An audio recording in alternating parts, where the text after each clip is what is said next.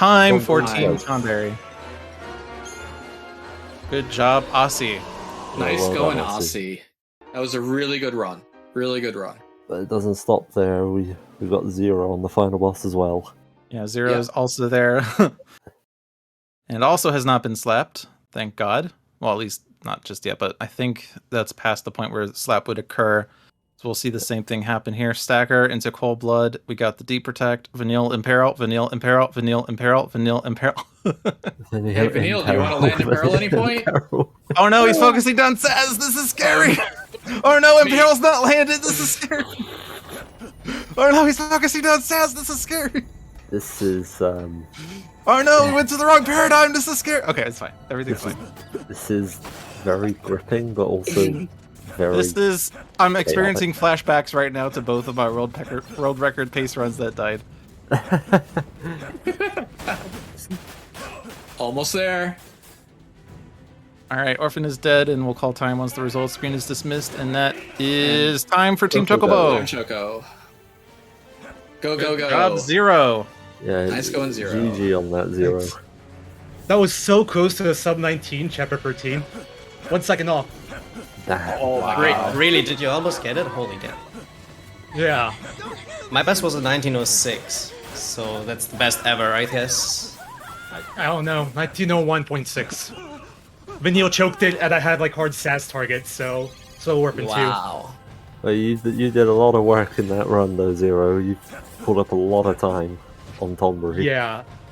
The funny thing is, the first 3 hours and 15 minutes were probably the worst run I've ever had, but the last part was good. That's what's important. Yeah, GG's. Yeah, GG's. Aussie and 0. GG's. And I'm not going to say GG to Kaya because he's still going right now. Yeah. So I think you get to wait for your GG's. Yeah, I might have to retry Khaled because Snow drifted to the side there for whatever reason. Oh, yeah, he's so far away. Yeah, okay, so let's... Yeah, we're gonna hand it over for a bit to Dirge. So, yeah, feel free to introduce yourselves and go. Hey there, my name is DECosmic. Hi, I'm DynamiteDanTNT. Yeah, and welcome to Dirge of Cerberus, a third-person shooter starring Vincent Valentine, one of those optional party members in Final Fantasy VII. We didn't get to explain it right at the beginning of the game, but we have a little piece of movement tech here called city dashing. So Vincent is able to dash and then cancel this into a jump. From the jump, you're able to aim in the air, and then you can cancel this aim frame 1. So we're going to just be able to move pretty swiftly throughout the course of the game using this technique. And that's like the main source of movement that we'll have. City you see here for Team Tonberry. I had to make sure there I was like not speaking incorrectly. He's coming up right on a door where he's going to be equipping the fire materia. And the fire materia has a pretty decent amount of AoE damage. We're going to be using it to build the first chain shot of the game. And chain shots in Dirge of Cerberus, your gun does more damage the higher the chain builds, and then when the chain expires, the next shot that you do will have a big multiplier on it. So we've built an 8 chain here coming into the fight against the chopper, because for some reason PS2 games all you need to have a chopper fight, and when there's like a certain visual cue of like a disc flashing twice, City's going to aim up to the right side of his screen, and then you're just going to see the dragonfly's health just disappear. Absolutely. And then he's going to grab the potion there too. And then he's going to be doing a thing called Walking in the Dark, which is totally a Hoobastank reference, even though MT1 Evolution is going to kill me for saying that. So you hear Vincent actually just moving in the dark there, and then he's going to appear all of a sudden at the stairs there at the end of this hallway, even though, you know, you have to wait for... Usually you have to wait for the area to load in, but you can move, as long as the UI is there, you can move while you're in the dark. We're going to also build this other chain here, even though this is not super important, but it's going to allow us to one-shot this enemy coming up. We also have NT also moving into the chain shot area. Let's see if he gets the chain shot for the Dragonfly. NT also on Team Choco. Just to note, he's using a keyboard for some of these skips that he'll be doing later. Fun fact, Dirge of Cerberus does actually have keyboard and mouse support. One of the few, if not the only, PS2 game I know to actually have that. They also, by the way, I forgot to mention, they equipped a barrel onto the Cerberus. The Cerberus is the only gun that we're going to be using during this run. They equipped the long barrel. It's going to give us a lot of firepower, and it's going to give us a lot of range on our attacks. It's been buffed a lot from the original Japanese release. If this were Japanese release, believe me, we would not be using the long barrel. So now City is going to be building a 3-chain here, and we don't want to build too high of a chain for this next boss fight because Dragonfly 2, the chopper, the second chopper in the game that we're going to fight out of, well, actually this might be the last time that we fight one now with the skips and stuff.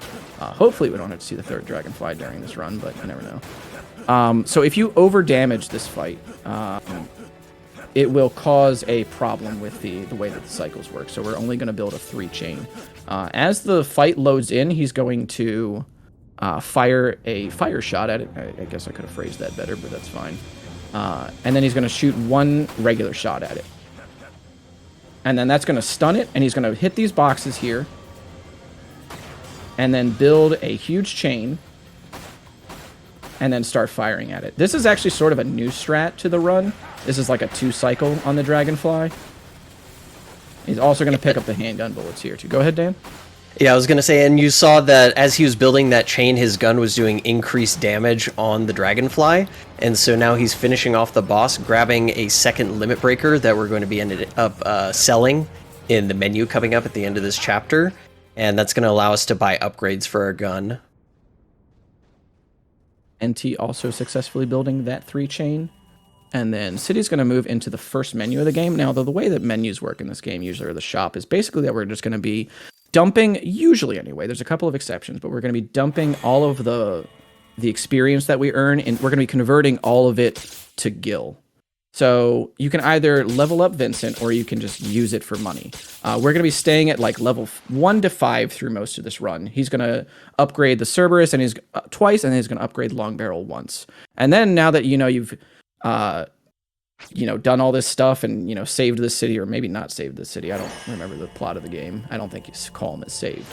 Now the game is going to, again, do a little PS2 trope and sort of thrust you into a turret section where there's about 45 dogs that spawn in, or like these like mecha dogs. And then you gotta take these dogs to the farm. Yeah, exactly. This is like Who Let the Dogs Out, the level. The turret section, And it looks like NT also got a pretty good fight on the chopper there too. He's going to also be converting all of his money to gil. Oh yeah, we don't save any children during this run. It's unfortunate, but it's slow to do that, so we just don't. It used to be even worse when there was no zoom climbs, because you would just have to watch this like mecha dog just take this kid away, or whatever, and then he would drop the key, and then you would do it all. It was just tragic, but fortunately we don't have to see that anymore. We can just skip over the entire area.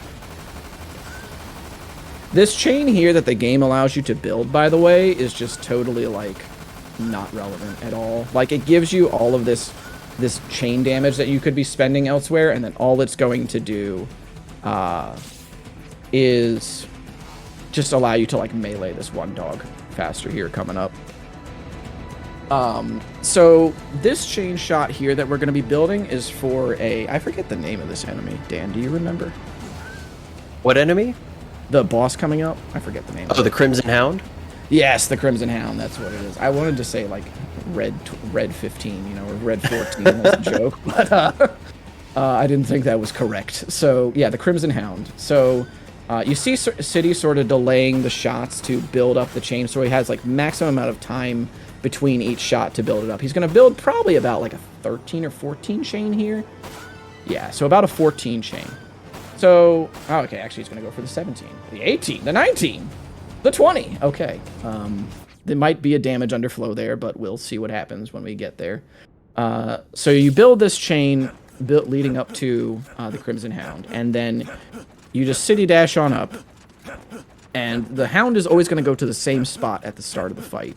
And then you're going to shoot it, and you'll see it can't actually get one shot, because otherwise then the key card that it would drop for you to go to the next area would always be out of bounds. So the game prevents this by, you can shoot it there, and then it'll come down. He's also going to kill these dogs down here, because one of them drops the Thunder Materia. And he's going to actually pick up the Thunder Materia there. Boss is down. And it looks like NT also going to be building a chain here. Let's see what kind of chain he gets as City moves into Sunset Riders. And the Sunset Riders manipulation is basically that you kind of just have to hang in front of them, and that will like make them come directly at you, so then you can get like critical damage on their bike that way. Looks like NT is going to go for a 16 chain. Yeah, Crimson Hound is kind of a weird fight because there is a certain threshold where you can overchain the boss, and it actually ends up outputting less damage, and so you have to shoot it once or twice more. So NT's going for the proper way to do it with between 16 and 18 is the rough number that your chain will be able to do the maximum amount of damage on Crimson Hound. Look at that compared to how City did it. That was crazy. Yep. There's also a lot of gil that you get from this level in particular. Like getting an S rank on this level nets you like, I don't know, almost 20,000 gil, right, Dan? It's yeah, just about. It's a lot of gil. And so we're going to use that to upgrade Cerberus, as well as upgrade the long barrel again. Let me actually bring up my thing here, just make sure I got it right. Yeah, so we grab powered Cerberus. This is the first zoom climb of the game. he just goes through, what a legend, dude. This is the zoom hover, by the way, chat. So the way that this works is that when you zoom in, you can cancel at frame 1. And I forget, Shaydam actually explained this to me the other day. And there is a way to, I forget exactly what property here allows you to maintain height here, but this is like 3 actions per second that allows you to just hover in place like this, and you can gain height by doing like about 5 to 10 actions per second. So he's just going to hover over this entire area here and avoid like the loading screen entirely, and he's just going to go to the next area. Nicely done by City. That's probably one of the hardest zoom hovers in the game, in my opinion. Oh, yeah, absolutely. And looks like NT is also going to be going for it. NT is going to be using keyboard for his zoom hovers. So there he goes. So just go ahead. Real quick, so Kaya is starting PC2, so hopefully this goes well. Yeah, we've had 2 very different PC2s. We've had one that's been pretty clean, the other one almost been salvaged by a very effective stagger stem. Yep. So we'll see how this one goes. Phase 1 seems to be pretty standard.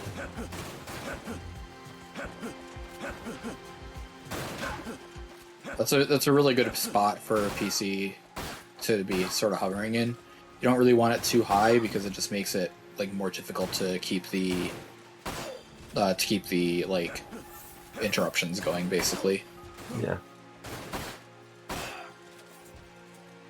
do see here City also building the next chain for the next boss called Heavy Armored Soldier. Should be about like a 9 or 10 chain. You can use that barrel there to blow everybody up.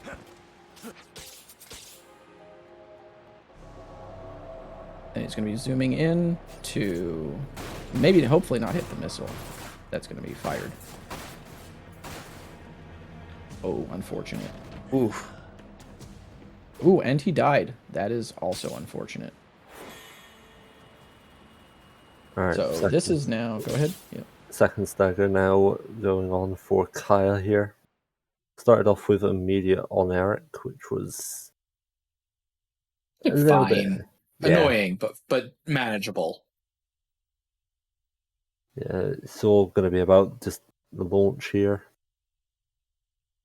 Yeah, so each of the snow punches has a 50% chance to launch, but importantly, cannot be launched while the cold blood is keeping the enemy on the ground. Yeah. Damage is looking good.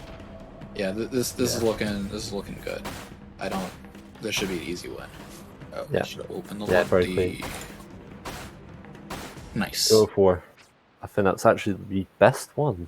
I think so. Of this relay. There were no problems with that at all.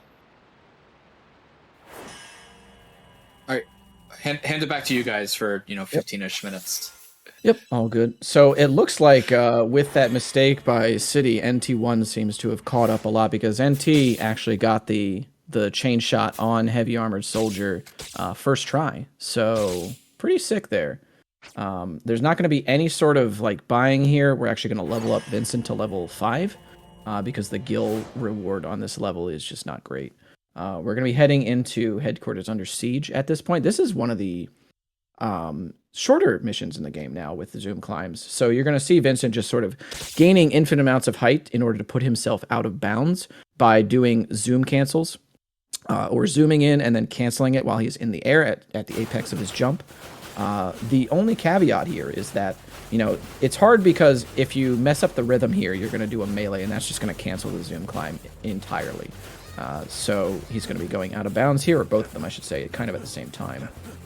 And it looks like they're both through at about the same time. And they're going to be going to head to make another chain for the next boss called Shelk. We're going to pick up the power cross from one of the enemies there. That'll come into play sort of kind of later. This chain in particular is a little hard just because you have to do it across a long bit of section here. And it's like really, really tight. So it looks like NT is going to go for the safety barrel there. City also going to go for safety barrel. And they've both got 14 chains. Very nicely done, gentlemen. What's a safety barrel? So the safety barrel is... I'm glad you asked. I was being sarcastic, but no, answer that. Answer that question. So the safety barrel is a barrel that we will shoot to make sure that the chain does not drop as the next wave of enemies spawn down the hall. It just gives us a little bit of extra time to move to that last set of enemies and secure the 14 chain. This is a really long road, by the way. Yeah. And then Shelk just gets one shot. You also see them meleeing her as well while the game is loading into the next area. That actually gets you a little bit of extra EXP. So you'll be able to get a little bit of gil at the end of these missions. So it's really nice to sort of like just whack away at bosses that you've defeated with like a couple of melee chains. This is Azul the Cerulean, and Azul in this fight particular is only susceptible to barrel damage. Now we're waiting for the Sunday Stroll, where if he decides to walk forward, then they'll be able to kill him. But it looks like he's not. Okay, on NT screen, he's doing all right. But on City screen, not so much. There he goes, finally. This is a little bit RNG here. And NT's got the kill. And now City's got the kill. It's also worth mentioning, while we have a little bit of downtime here, that Dirge of Cerberus has quicker loads if you play without a memory card inserted. Right now, both runners are not playing with a memory card. If they were to have a memory card inside, even though they get those save cancel prompts, having a memory card inside of your PS2 actually makes the loads 5 minutes longer throughout the duration of the run, I believe. Yep, something about that. Yep, that sounds about right. So now they're going to buy the Materia Booster and the Materia Floater, as well as upgrade to P. Cerberus Gamma. And the Materia Booster and the Materia Floater we'll get to. So this is the Manor of Despair. This is where we're going to fight the Sahagins and stuff. And the first bit here...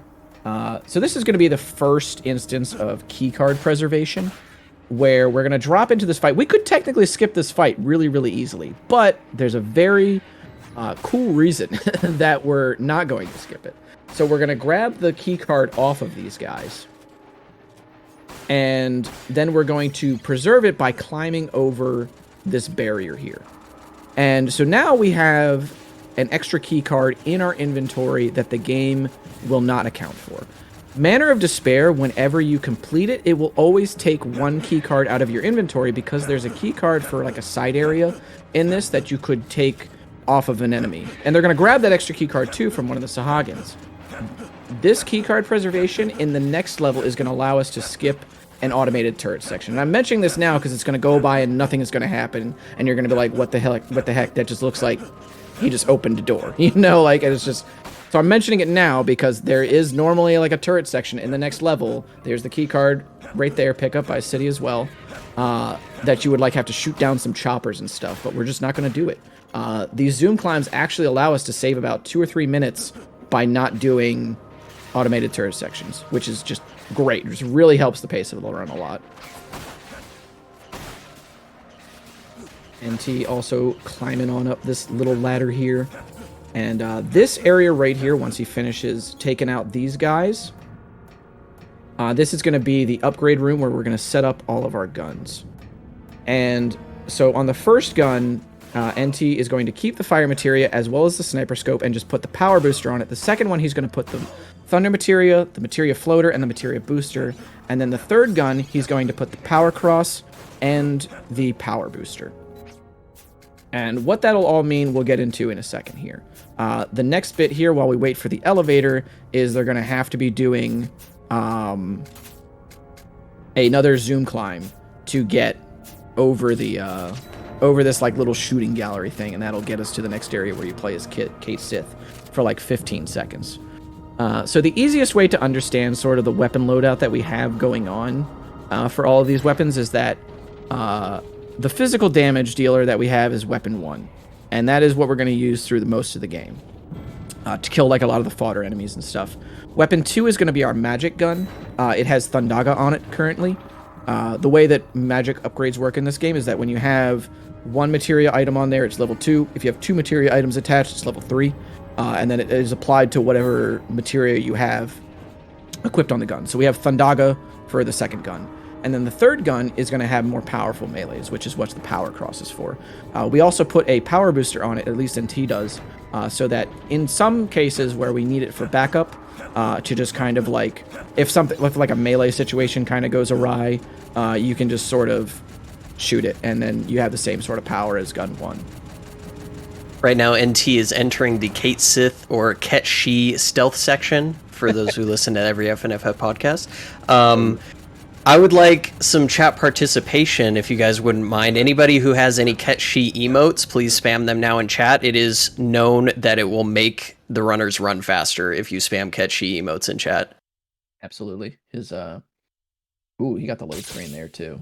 So there's, for whatever reason, there's a wall there when you jump down this area that you have to let it load for a second. Otherwise, you're just going to hit an invisible wall. And then you have to climb up the ladder. It's rather unfortunate. I don't think he got Kate skipped, did he? He did not. Okay, that's unfortunate. I really hope he doesn't get wrecked right here. It's so scary, these parts, dude. Oh my goodness. Also, this is like one of the hardest zoom climbs in the game coming up. Where it's going to be called Short Basement. And it's a long climb.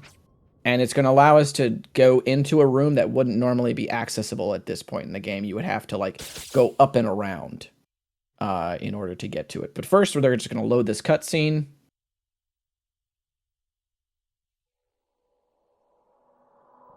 You know, good old PS2 loads. Where are the riveting gameplay, these black screens. Yes, sir.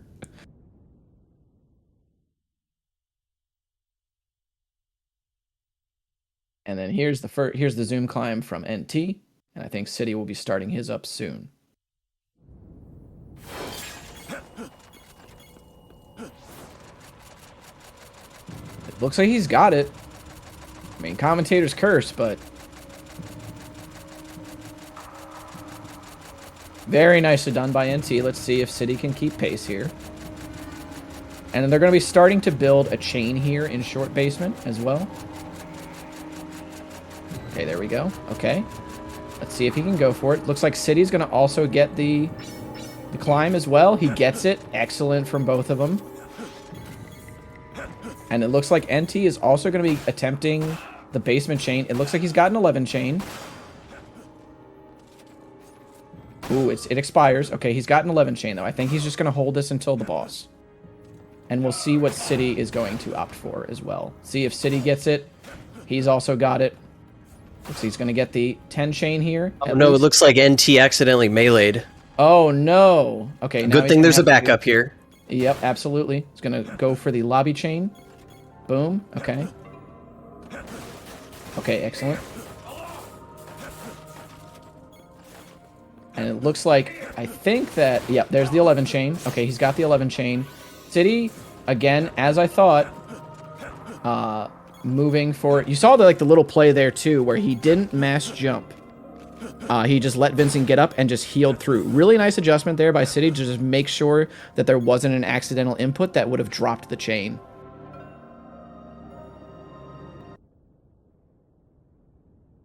So now they're going to both head into the Black Widow fight.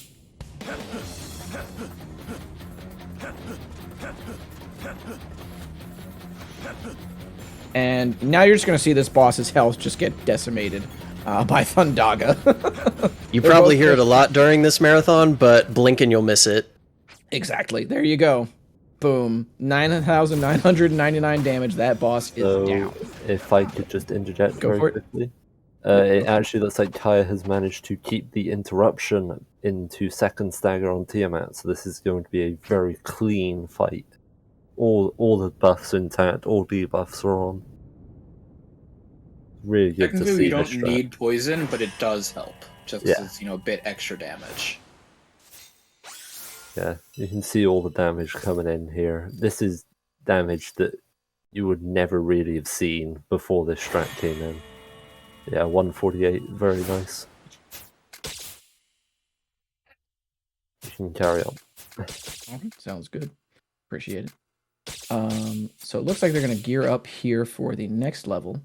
I forget how long these load screens are, and the amount of cutscene skipping that is before this level there's like 4 or 5 cutscenes that you actually have. Yeah, there's surprisingly a lot of cutscenes before this chapter starts. Yeah, it's like they toss all of this lore on you at this point, and then I wish I remembered some of the story to this game, but it's been a while since I actually watched. No, that's okay. Yeah, that's fair. Okay, yeah, You don't need to remember it. Vincent is the coolest guy on the planet. That's all we need to know. Right next to Jack Garland. So they're gonna take out these guys, and then you're gonna see NT take out, or they're gonna use up their key card now. And then they're gonna grab the key card from this next. Go ahead. Yep, go ahead. Do you mind if we just do the final bosses for Kaya? Yeah, go for it. Yeah, go for it, man. Yeah. Cool. Yeah, so Kaya's starting Orphan 3. Sorry, not Orphan 3. Part 3. Thank goodness there's no Orphan 3. Part 3, so again, it's going to be all about Vanille getting the debuffs on. Vanille has Imperil, but no Deprotect and D-Shell. That's pretty bad. Unique. Yeah, Imperil's usually the most difficult one to land. Yeah. Kaya's just gonna go for it, so this is a bit risky.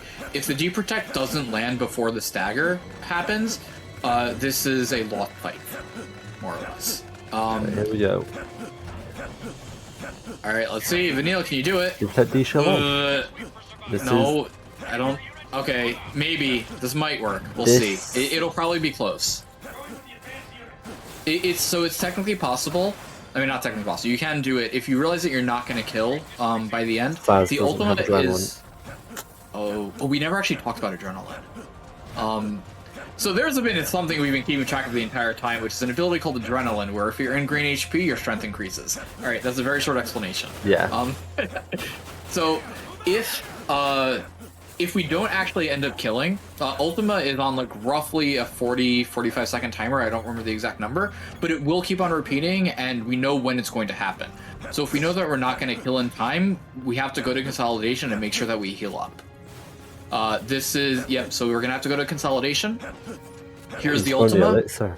Ooh, alright, so that's gonna change how the second fight's gonna have to go. The next one. Elixirless Orphan. Here we go. Yep. So we used the elixir in Orphan 1 because it regained all of our TP, like was mentioned before. But now, since we've used the elixir, we don't have that option. The rest of this fight should be pretty simple. Not much to say. But one of the big changes that this is going to mean is that we can't use renews as much, and we especially can't start by summoning. So instead, we're just going to insta-shift to Consolidation and heal up. And the rest of the fight should be going roughly the same, but we are going to have to be a bit more conservative. And it is going to change the patterns of how we do some of the stuff. It will also end up being a bit slower. Yeah. Yeah, this is something that you've really got to manage well. Making sure that you're not close to being killed by anything. A lot of this early game is just going to be healing up and just really just being careful with everything. And you'll notice like we stayed in consolidation for a while until that slap, because we need to make sure that, especially now we don't have the elixir, it's really important that every single slap we're in consolidation and we're in a high enough HP. With the elixir, while you would prefer to be in consolidation for every single slap because it makes things a lot easier, you can end up being outside of it for a couple, and there's not really going to be much of an issue. But here, as long as we're in the consolidation, we shouldn't really ever die. So we'll see how this goes. There's a couple of tireless charge strings coming in here. This allows Vanille to do Kiraja. Kiraja is an extremely powerful magic ability, which is more or less how this threat is even possible. Yeah. There's the Cold Blood. Here again, we're going to the tireless charge just to build up some more duration, build up some more chain. Flat. And so one of the disadvantages of this is that we do get to spend a lot less time with Vanille and Saboteur because we have to spend so much of the time healing, which is different from when we had the elixir and we could afford to let Vanille try to land more debuffs. So yeah, you see we're at 855 and we've only landed Deprotect. So we need it. There's the poison at least, which is nice, but we are definitely going we still need Imperil. And yeah, no, it's just not going to happen. So yeah, unfortunate retry here. Part of it is due to the elixir list, part of it is just due to Vanille not landing anything. Yeah. So here we have Orphan 1. We're going to get this first try. Yeah.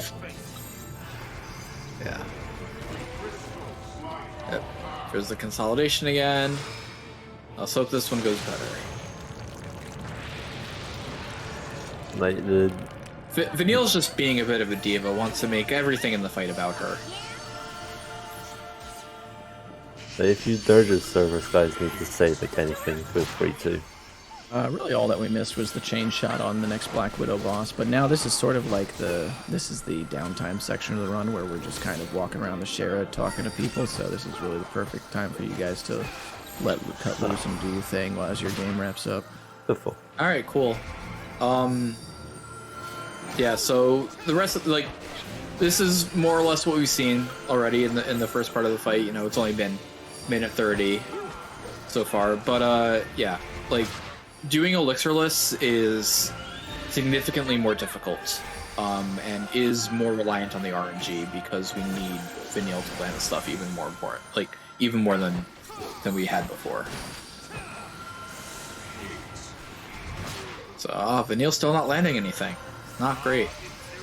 One advantage of being able to do these sudden shifts into consolidation is that it doesn't matter that the Sentinels haven't actually done anything. Just the fact that we're in those rules means that we just automatically take a lot less damage, which is good. So there's the Requiem that's going to go into Snow.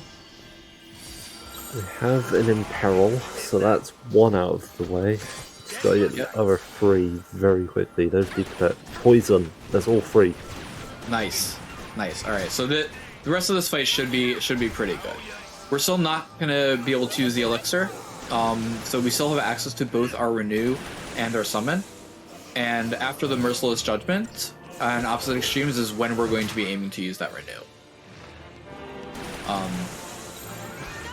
Yeah, we can more or less do the second part of this fight mostly in the same way. Yeah, you usually have to summon a bit earlier because you don't have the elixir and Renew and Summon. But yeah, other than that, it's more or less the same. Should be more than good on hitting the HP here. Merciless Judgment into Opposite Extremes, nice. He will do Desiree anyways because it's elixirless. Yep. I would have been really happy if we never had to mention DC Ray. Yeah, he takes a while at DC Ray. Yeah. You just know it. It's coming. Yeah, there's the Rise. So in order to avoid this, we got to That's summon. maximum time loss. Yeah. Yeah. It's really slow, and you have to summon at the exact right point so that it misses Saz with the damage.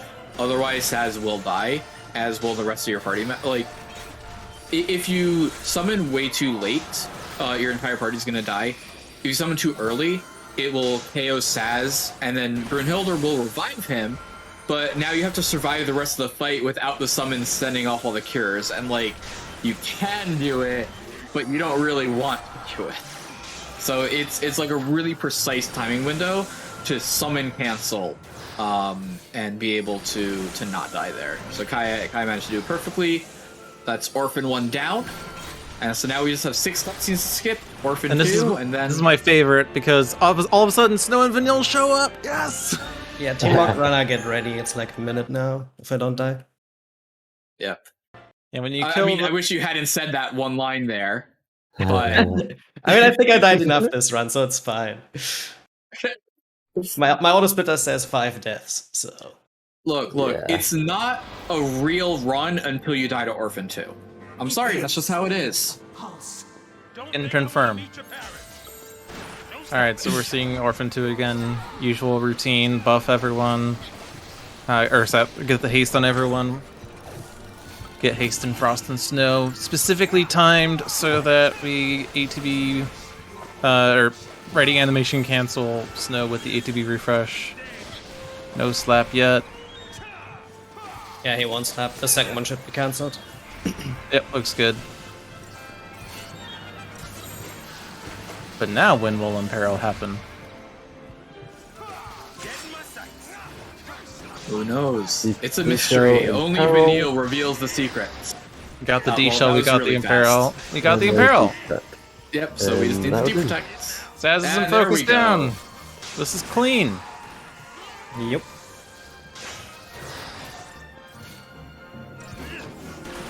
Nice.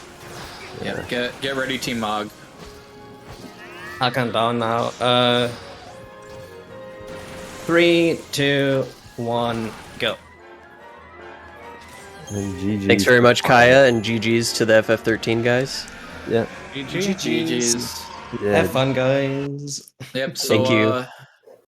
Just a bit of a sign out. So doing comms here was myself, Mr. Titan. And then And me, Logic Dolphin, I've been demoted. I am now apprentice commentator. And myself, yes41. and Your runners have been Kyrune, 01337, and Aussie3126. You'll follow them. yeah, sure drop a follow. They stream a bunch of this. If you enjoyed the run, please, come to the Discord. Everyone's more than willing to help new people learn. If you just like the game, also you can join. There's plenty of people in the Discord that don't run. But thanks for having us. All the runners managed to show kind of the full breadth of everything that can go right and wrong. And they all did a really good job of showcasing everything. So good games and good luck to everybody else. Thanks for having us. Thanks for having us. Thanks for having us.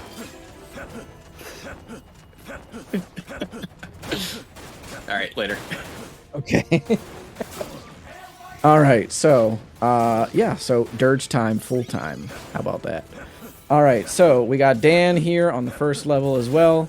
We see more of that city dashing stuff, and NT is actually looking to build a chain for the upcoming boss called Shrikes, as well as City Hall is.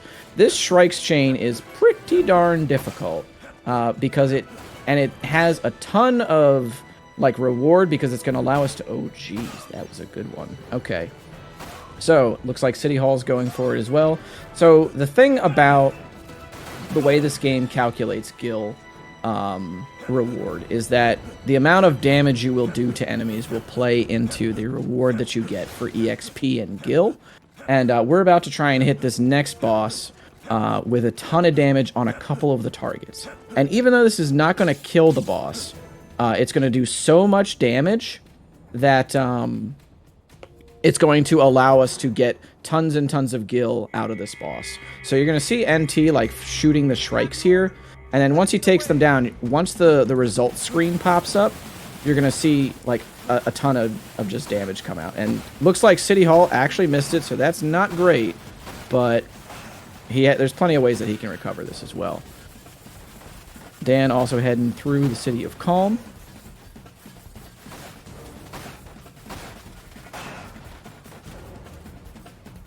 NT got a ton. There's a ton of gil right there on the board. That man is rocking 73,000 now.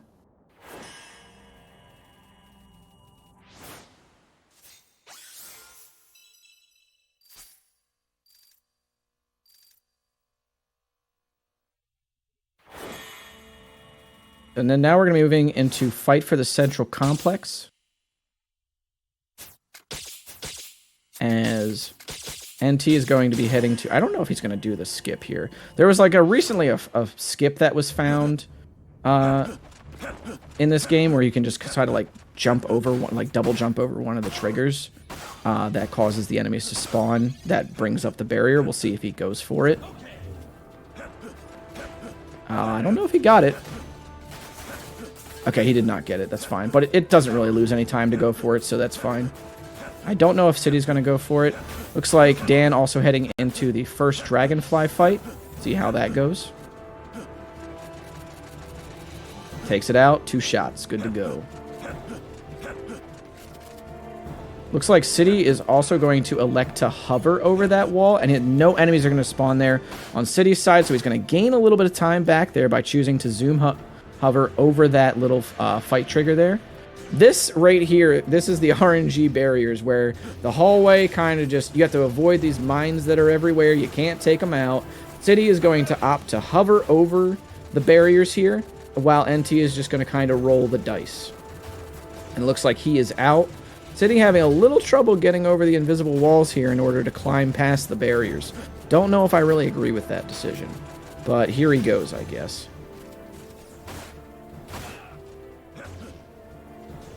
Meanwhile, Dan heading into the next area of Calm.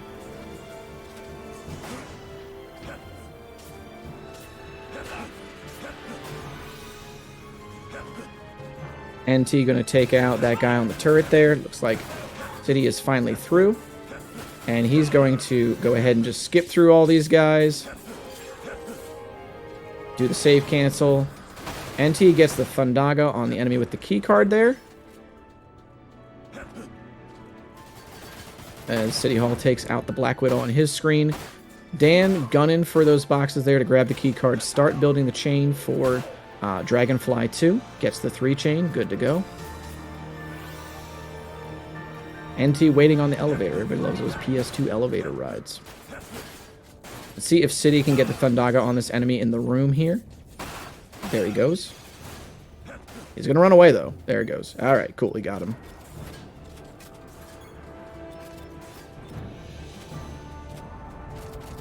And now we're going to be heading to the next boss, Rosso, as Dan heads into Dragonfly 2.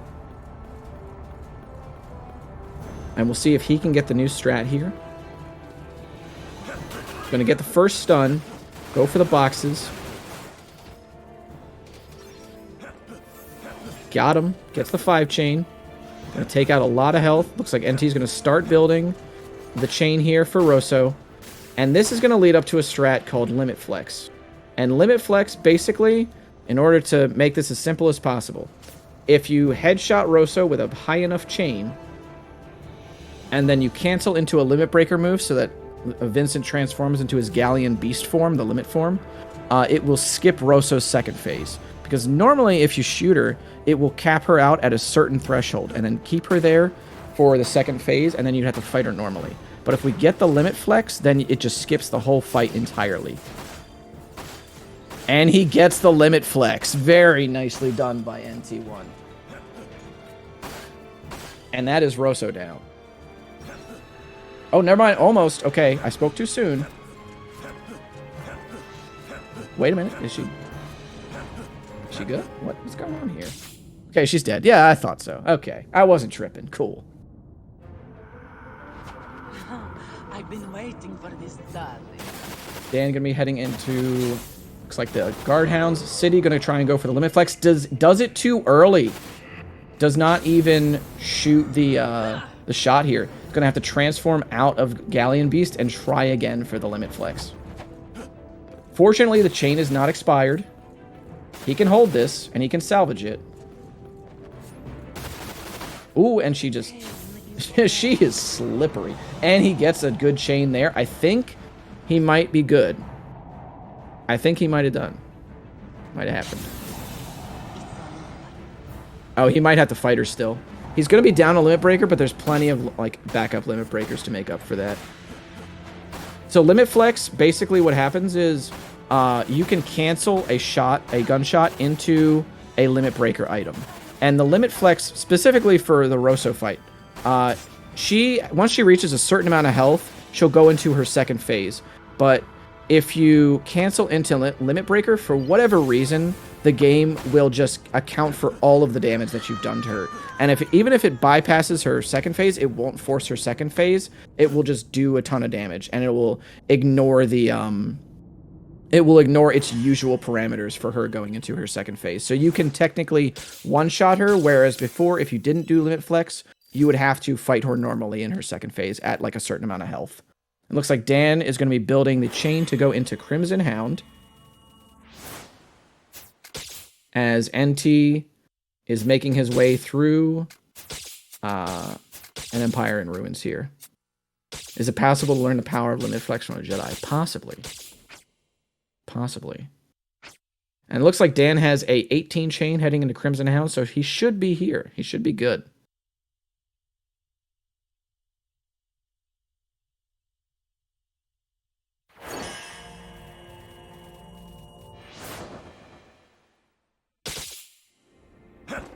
I got my buy list here.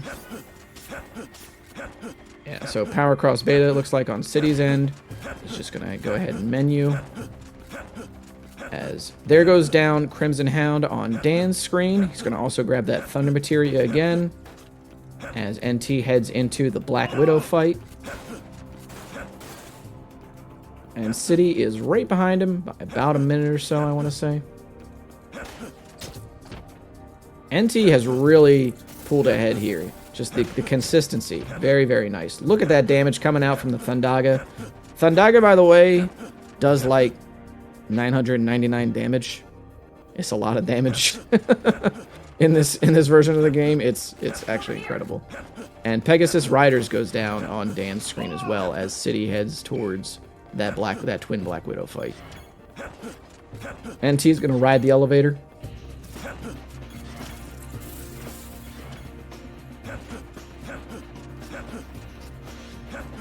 So he's also going to grab this Mako point here, which Mako points, we forgot to say, they're just little things on the ground, little circles on the ground that will restore your MP. They're pretty neat and useful.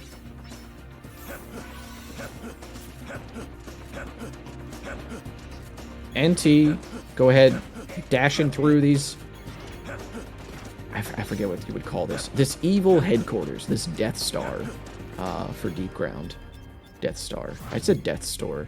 I don't know what a Death Store would entail. All right, so see how Dan does the zoom climb here for the first bit, or the zoom hover, I should say.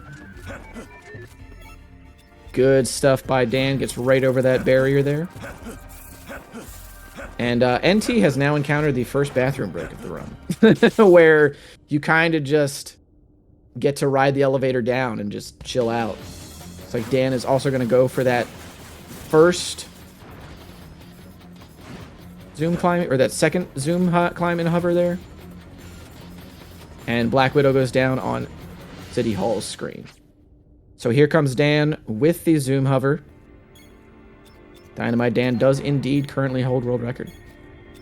By about a minute, I want to say.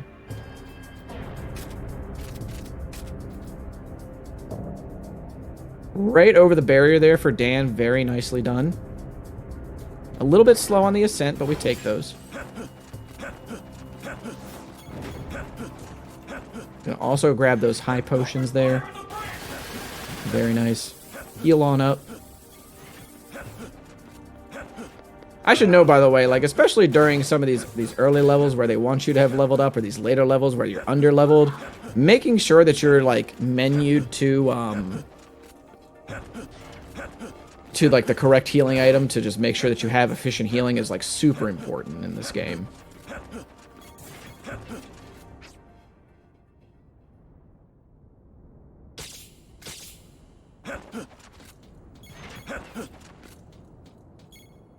And here comes the, as one elevator ride ends, the other begins. So NT heading into, he's gonna, I think this is, no, there's the next room is where there's gonna be a small little skip. So what you're gonna be seeing NT doing to skip this next room with like 3 heavy armored soldiers in it is he's going to city dash around one of them and then just kind of sneak right through the door and be right before it closes. And it's really nice to see. It's a nice little movement section there. Dan gets the 8 chain there. Can we get the 10? Actually, excellent. And so Dan's going to head into Heavy Armor Soldier while NT goes for another elevator ride. So we get to talk about what Dan's doing for a little bit. So is Dan going to get that? Okay, almost gets the shot there. Needs to heal up. Make sure he doesn't die. There are some iframes on the Heavy Armored Soldier here. While he's... Okay, good. He got the red potion. I like it. I like it. And down goes Heavy Armored Soldier.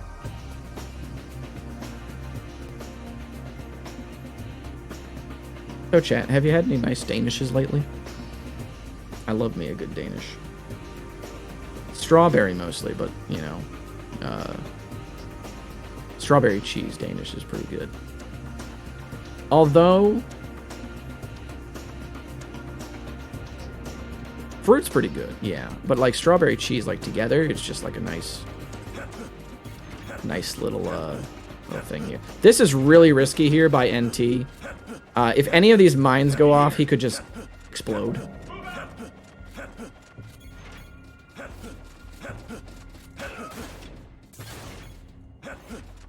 Apple, huh? Okay, fair enough, fair enough. See how Dan does this zoom climb here? Really fast here, actually, on the ascent. Very nice by Dan. Excellent. And he's going to be starting to build that chain for Shulk. City just hopping right over those enemies there. NT getting a 12 chain heading into this next area. Wonder what the decision making is here. Alright, let's see how Dan does this Shulk chain. Boom. Alright, nice. Got the 6. NT gonna get right through that doorway past the Heavy Armored Soldier. Excellent stuff. And safety barrel there on Dan's end. He's gonna get that 13 chain. Reluctantly, yeah, there you go. I mean, it happens, dude. It's cool. I meme on safety barrel, but... There you go. Sometimes you need it. Alright, so now heading into Arch Azul on NT1 Evolution's end. As City gets ready to ride the second elevator. Take out those first 2 guys there.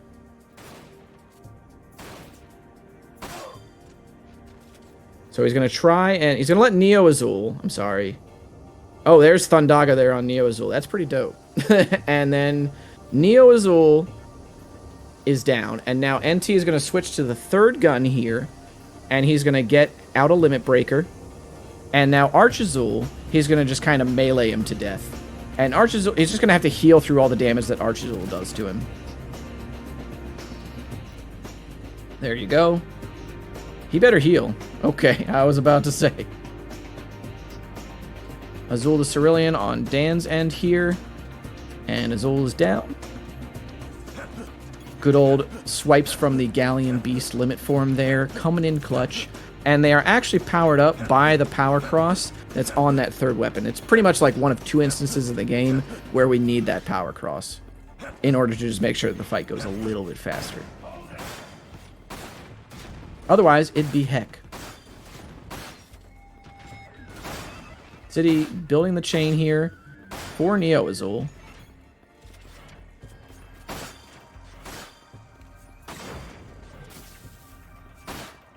Like he's gonna get an 11 chain. Okay, he shouldn't force this. Okay, he's got the 11 chain. Nice stuff. And you're going to notice the runner's not really bothering to heal here. They are going to grab the heals for the Azul fight. Okay, and here's NT. This is a newer strat. He's skipping right over the gargoyle fight that usually happens here. Goes over that barrier. That barrier has not spawned at all. We just skipped a fight trigger. Looks like Dan is going to start with the first card key preservation fight here, too.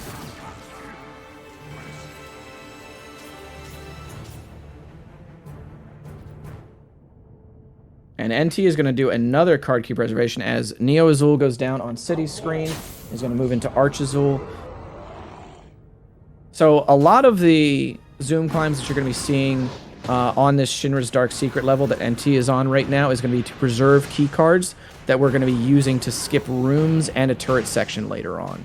So it's very important that he gets like all these zoom climbs and doesn't accidentally use a card key.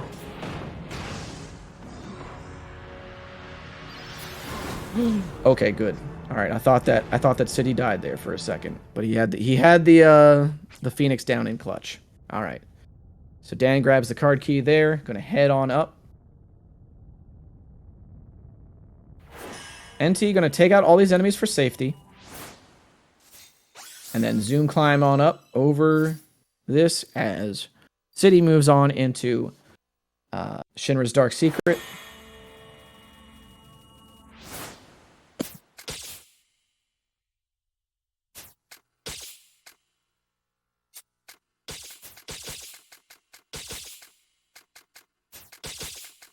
And Dan will be moving into the room with the elevator here, where he's going to take out a few guys and then set up his guns for the run.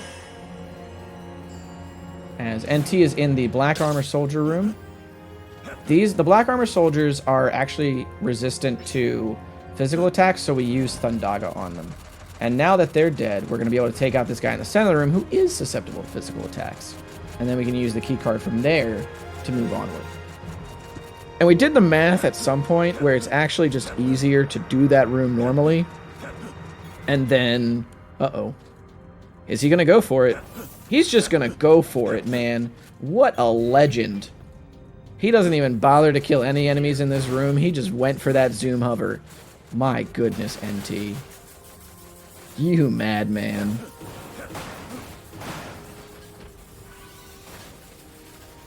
I thought for sure he was going to kill the enemies there for safety.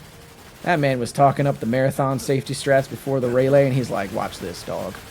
I got this.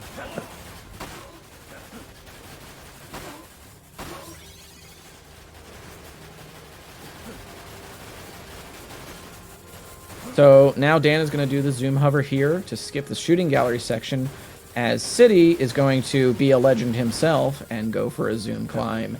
Without killing enemies in this area. Goodness gracious.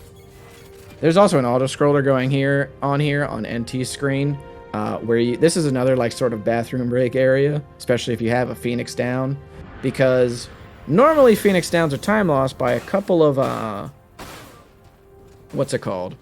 By a couple of seconds. But if you're on this auto-scroller, if you go down, the Phoenix down revives you. It's just no time loss because the thing is going to move forward anyway.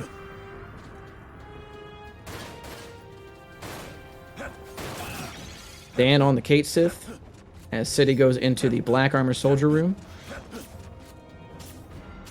He's going to get the double Thundaga. I think he already killed the guy. Okay, wow, he just... Oh, interesting. He's going to just skip this. Huh, I wonder what the logic is here. There's plenty of story elements in this game. We just kind of skip the cutscenes. Because, you know, speed run.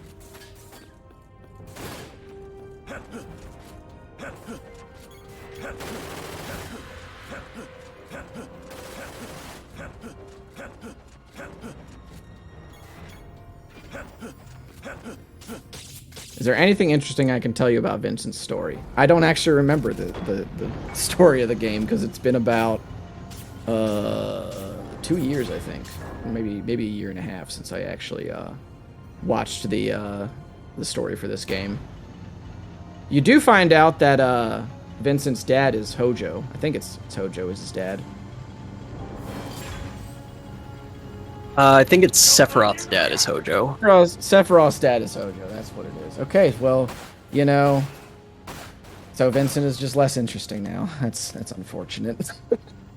And Lucrezia is his mom, and Vincent may or may not have done the thing with Sephiroth's mom, which is kind of hype. That's fair. That's fair.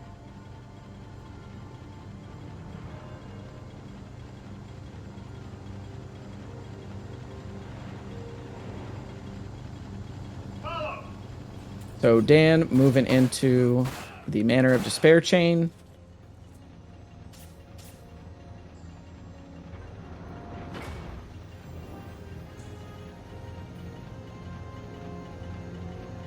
See how that goes. He's Vengeance.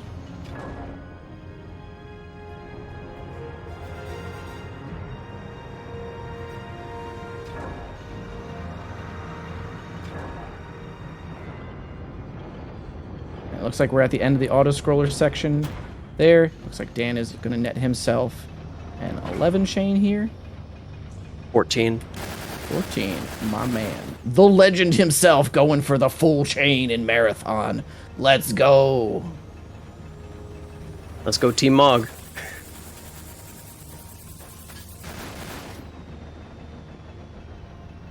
Steffi's mom has indeed got it going on. So NT moving into this next area here of Shinra's Dark Secret. Going to use that nice Thundaga there to get a huge boost to the chain. Use the fire there, pick up a kill there on that guy. Bam.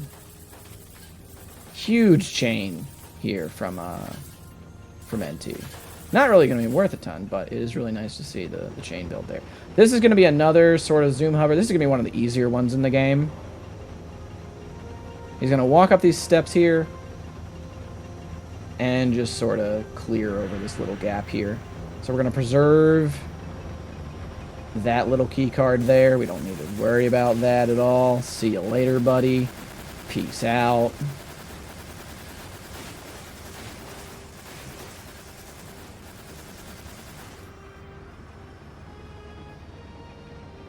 Take out that sniper there. Dan gonna be upgrading the power booster there on his screen. Thundaga on these guys. Also, there's a turret section coming up, but since we preserved key cards, we don't have to do it. So NT is just going to walk up to the barrier here and then just use a key card that he preserved on it from zoom climbing earlier. And then there you go. And then there's another section here where you would normally have to fight, but again, since we preserved key cards from earlier in the level, using those skips, we're just going to be able to walk across the bridge and then just use another key card.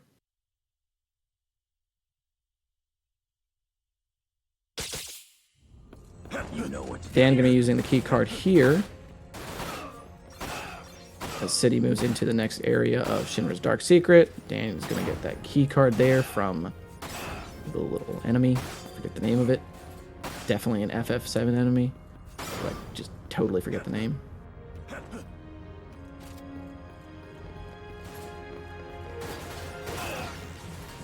See how City goes with his zoom climb here. Or zoom hover, I should say.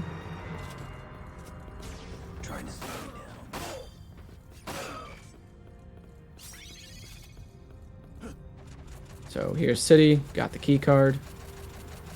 So now the key card that they preserve in this room, or that room earlier that City's in currently, the key card that was preserved there is going to actually be used to skip a room called the Courtyard of Death.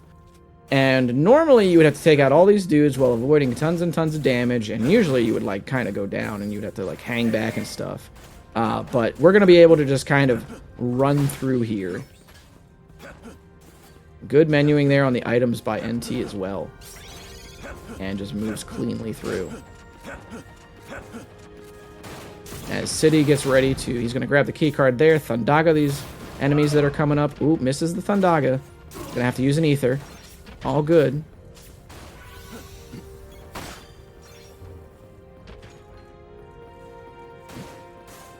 And he's going to move on past that turret section there as well. As as Dan is moving through Deep Ground Strikes back.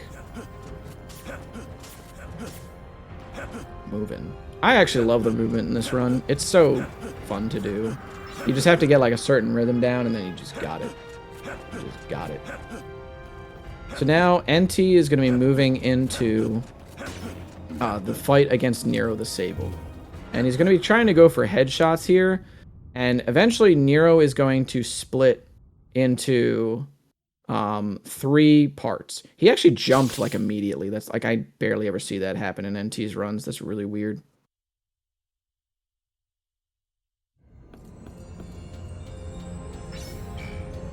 Dan gets the chain for the Black Widow fight on Deep Ground Strikes back.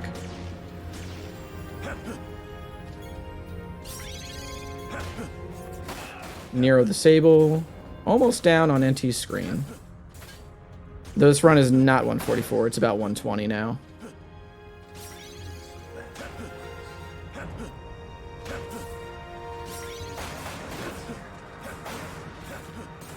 I was dropping some frames there, but it seems to have cleared up.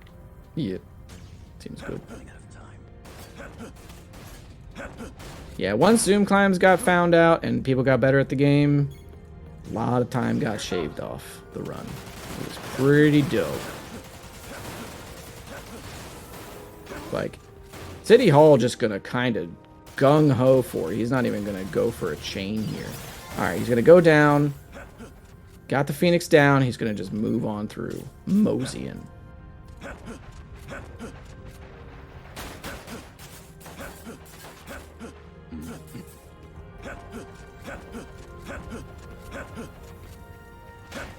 As now NT is moving into beginnings.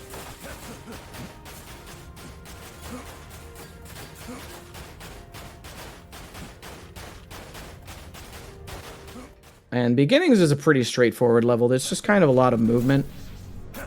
And there's going to be a couple of times where we're going to need to build a chain. But for right now, there's like one big zoom climb here as well. And it looks like City is going to head into Nero the Sable fight.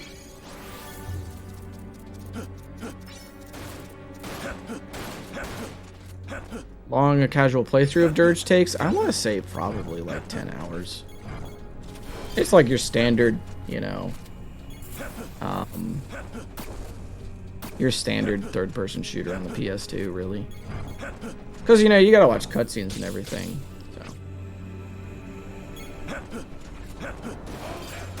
It's like Nero has now split into 3 parts on City's screen.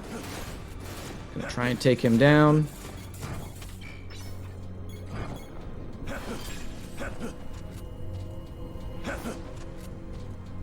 Yeah, Steve Blum is the voice of Vincent in this. He did indeed do the movement grumps, as far as I'm aware. Also, this enemy that's popping up now on NT's screen, we just use Thundaga on him so that he just drops the card key pretty much immediately. That guy there is just kind of pushing his turret. He's chilling. Thundaga these guys, get on through. There is a small like bug room skip here where we want to avoid that.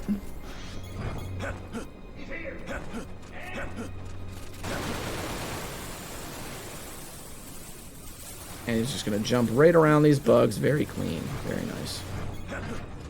Dan on the Sheriff right now, enjoying his little cruise. Let's see how NT does the skip here for the Dragonfly.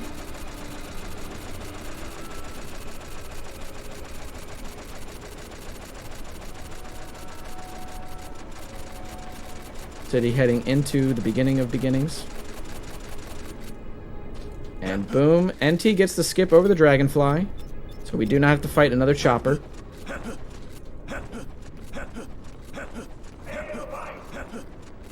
Currently there is no 100% route for this run. Really, I think all it would be is just like doing all of the missions and stuff. I don't even think you can get everything in this game in one go through. I think it would just require too much gil.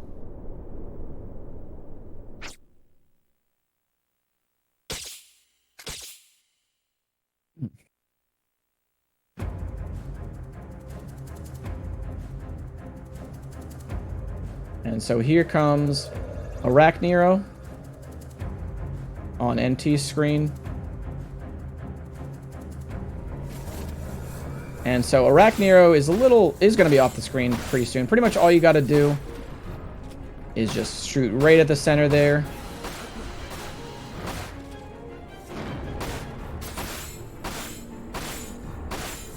And then we'll be moving into Gorgonero. And Gorgonero has a bunch of different spots that he can teleport to on the screen. And we'll have to try and 2-cycle him. And so basically that just requires a couple of headshots. So here we go. And you kind of got to listen out for where he's going to end up and just kind of scan, especially like if you have like surround sound headphones and stuff. This is kind of bad RNG, him appearing like right next to you. You can absolutely still headshot him there, but it's pretty difficult, especially when you're zoomed in with the sniper scope there. This is a lot better of RNG, so he's going to be able to get that pretty easily.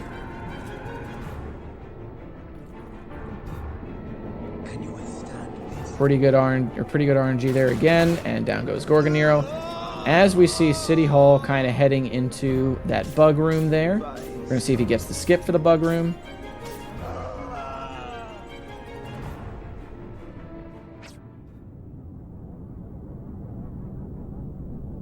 And we'll see if he gets the skip for Dragonfly as well.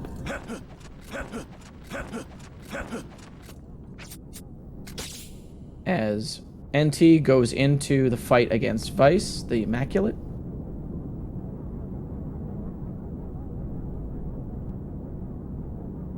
And Vice, all he's going to do, Vice the Immaculate, all he's going to do is just kind of kill you. That's it. It's a force fail.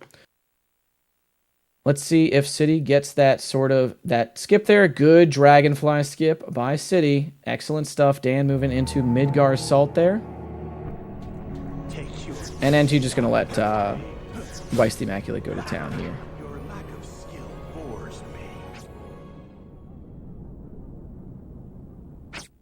City heading into the Arachnero fight.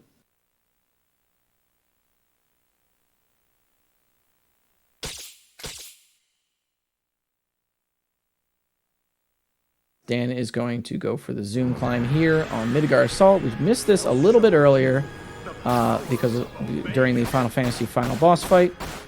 And Weiss Empowered is going on NT's screen. He's going to use a limit breaker because Vincent is now currently turning into Chaos.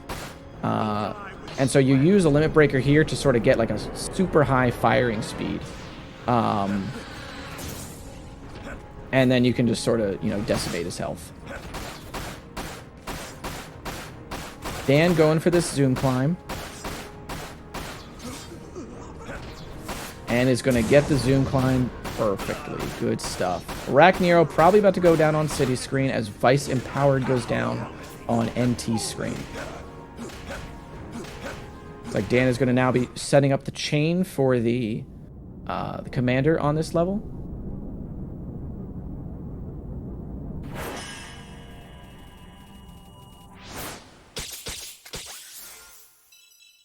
And here goes Gorgonero on City Hall's screen. See what kind of RNG we get. He's got pretty good RNG here. This is a pretty good shot. Nice.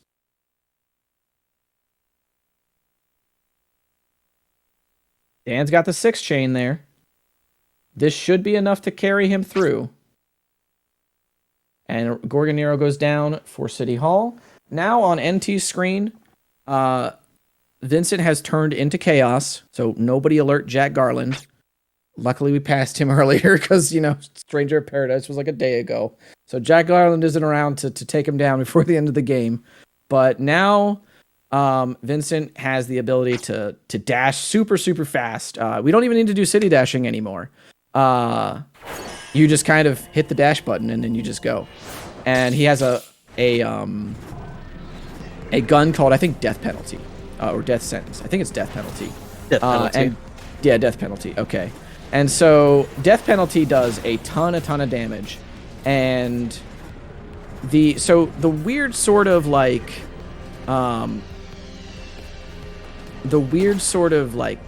push and pull on these levels with Chaos Vincent is that the amount of time it takes to shoot your Death Penalty is the amount of time you can save by just sort of dashing past enemies, but enemies can also stun you for that same amount of time. So you have to decide whether or not you want to take out certain enemies or try and just go like super, super fast and ignore them. It's like Dan going for the Shrike chain here. Gonna get the 10 chain. Vice Empowered is on City's screen. He's gonna start going to town there.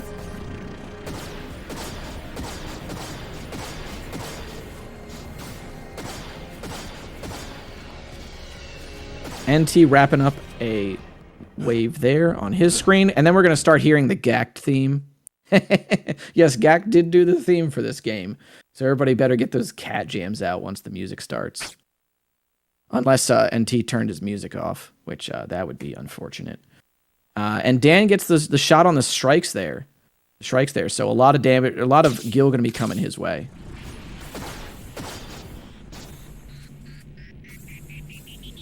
Vice Empowered about to go down on City's end. There we go. Yeah, that's what I'm talking about. Heck yeah.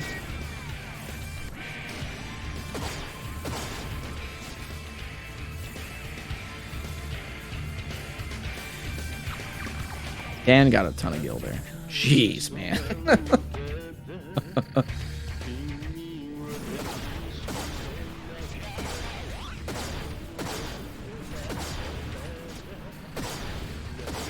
And now City heading into the first Chaos Vincent level.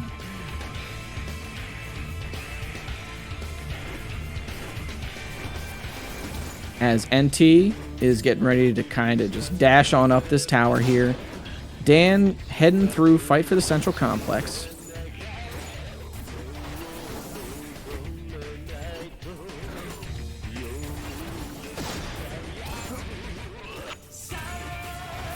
See if Dan gets that. See if he gets the skip here. Does not. Not a big deal though. Can just keep on trucking.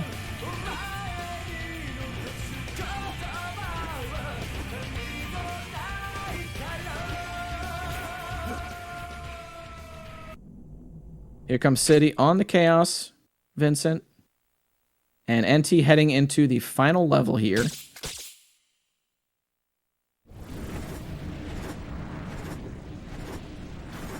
After he crosses this little Mako bridge or whatever it is.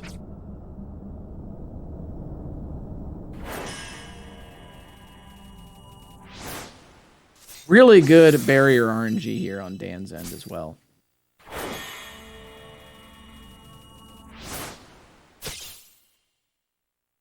You're also going to notice, by the way, since we don't need to buy anything else for the rest of the game, both NT and City Hall are opting to use the points and the EXP that they get to just level up Vincent so that you get a little bit of extra health.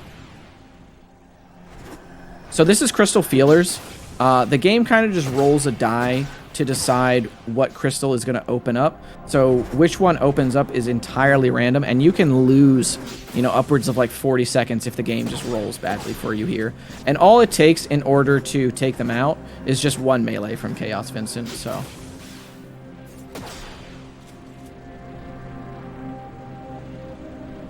City Hall also heading into the Gact section.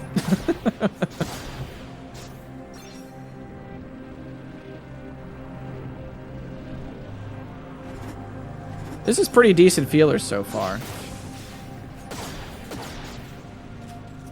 Feels okay, man.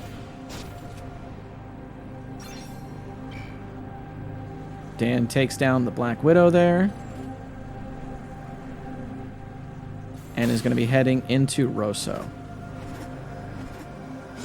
Last feeler there. So NT is just now going to kind of have to camp out. And so as we get into the final boss here, in a second after this crystal feeler goes down on NT's side, basically you have to shoot at certain parts of Omega Vice in order to do like 2,000 or 3,000 damage per shot. If you get bad shots on that boss, it will be 1,000 damage per shot, and that's just not great. NT losing a bit of time here to the RNG on the feelers. That's not cool. This man has some of the... This man is just never lucky when it comes to these things, dude, I tell you. And so he's going to use these 2 limit breakers that he has here too, because the limit breakers are just going to allow him to fire at a super, super high rate when he gets into the fight.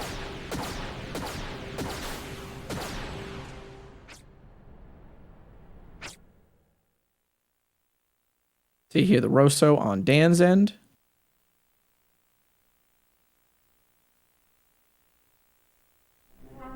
And City heading on to the second Chaos fight.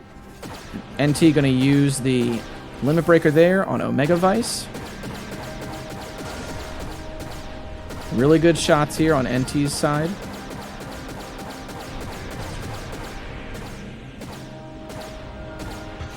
And Dan gets the limit flex. Time is going to be coming up soon for NT, by the way.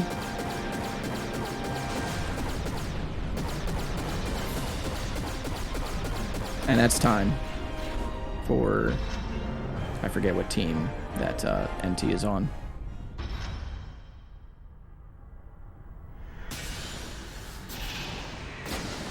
Chocobo. Yeah, Team Choco. GG's. And so now City Hall moving into the next fight, or the last fight here. He's going to be going into the Crystal Feelers. See how the RNG is. Looks pretty good so far. Dan heading into an Empire in Ruins. Oh, unfortunate there by City. Did not get to the Crystal Feeler in time.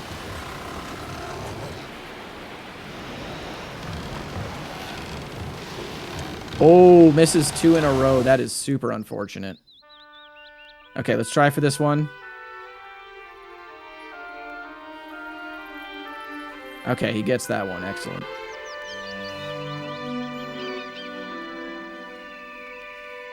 And going for this feeler as well. Dan continuing to move through that good old Empire in Ruins.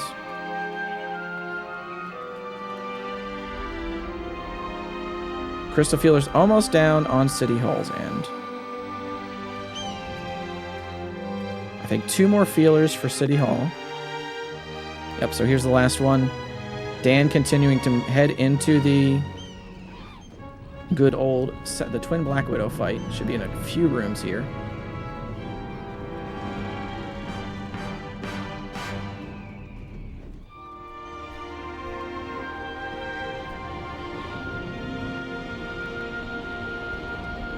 And there's the last feeler down, so he's going to take out the cocoon now, and then we'll have to do the good old Omega Vice fight.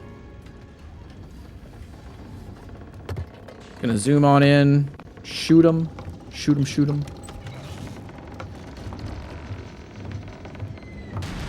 Dan also got a 6-chain. I want to see this strat. I don't think I've seen this before on Black Widow. That's pretty neat.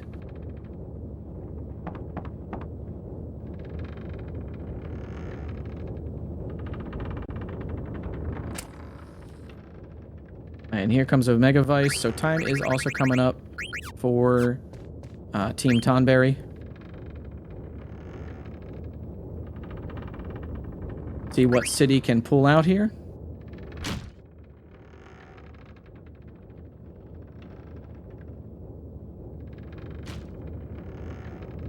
That mash there on City's end. Very, very good. Using that second limit break there. Excellent.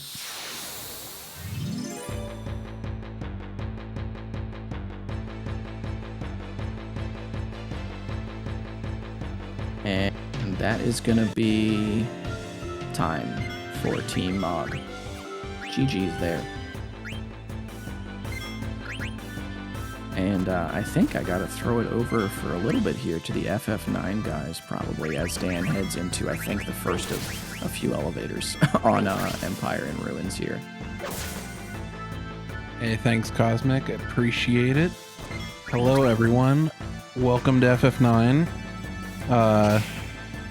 Looks like Wisteria already has Mage Masher, so getting a great start for Team Choco here. I'm gonna let everyone else introduce themselves. Yo, I'm the Wet Jack. Hello, everyone. Hi, I'm Sal, also known as Salty Sal. What's up?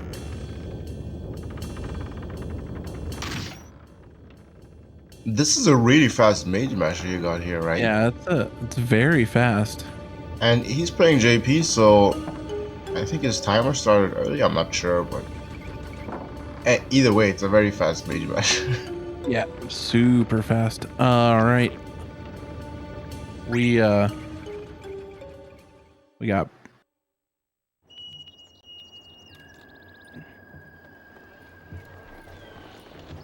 Yeah, GG's Dirge runners. Yeah, absolutely. We're just kind of waiting on a. This is like the bathroom break for the Dirge run. This elevator here. So like, I mean, like I could talk about like how I was playing the original JP version of this game. Let me tell you, man. The original version of the game, Vincent could not double jump. He can't shoot or aim in the air. He can't melee in the air. There's just a ton of changes that they made to the game that are just way better. They gave him he had a roll originally in that game, and now he has a dash. It's great. it's so funny. I actually was playing. I replayed through Dirge about 5 months ago when we met up with a few friends in Philly, and me and my buddy Quetzington were actually playing through this, and we actually were talking about how the differences in JP just it's so wild. But yeah, I was watching some of the movement in this game. It's some wild stuff.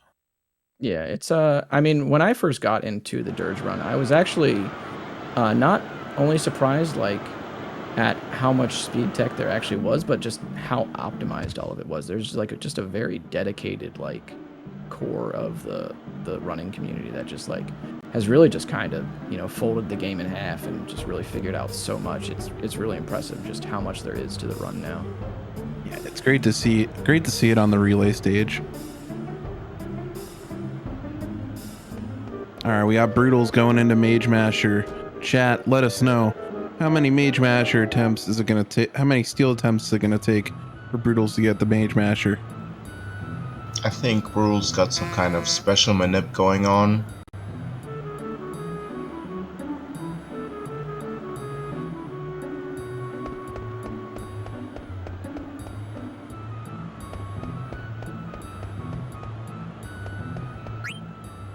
That's number 6, not even the wrist yet. Ooh. So yeah, if you're just unlucky, you can sit here 6 minutes in and still not have one. Yep. Yeah. So, good news for Team Choco fans that we're not getting it. Also, I'm gonna kind of touch on a little bit about what you may have just noticed Brutals was doing. So, we're gonna utilize a trick during this game in a few of the battles called the A2B wait trick. And what this is doing is, if you have a character that can outspeed a boss, or that has a greater speed stat than a boss, you can actually get 2 turns for each 1 turn that the boss has. So looks like Brutals did get it. And so what you'll do is, you saw that he had queued up the steal on Zidane and then went back into the sub menu. You're going to see this through quite a few fights, especially early. But so that way you can get more steal attempts in this fight. But for other fights, it will definitely make the combat a lot quicker. So if you think combat's slow in this game, got some news for you.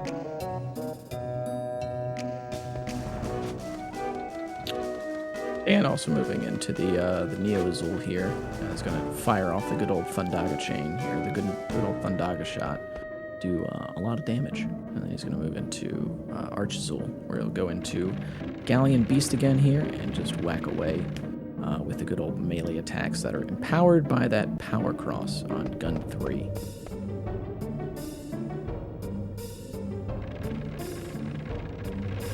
I actually looked for ways to like make this so that we didn't need to heal as much in this fight. Just no luck, just the way that Archazul's like attack timing works.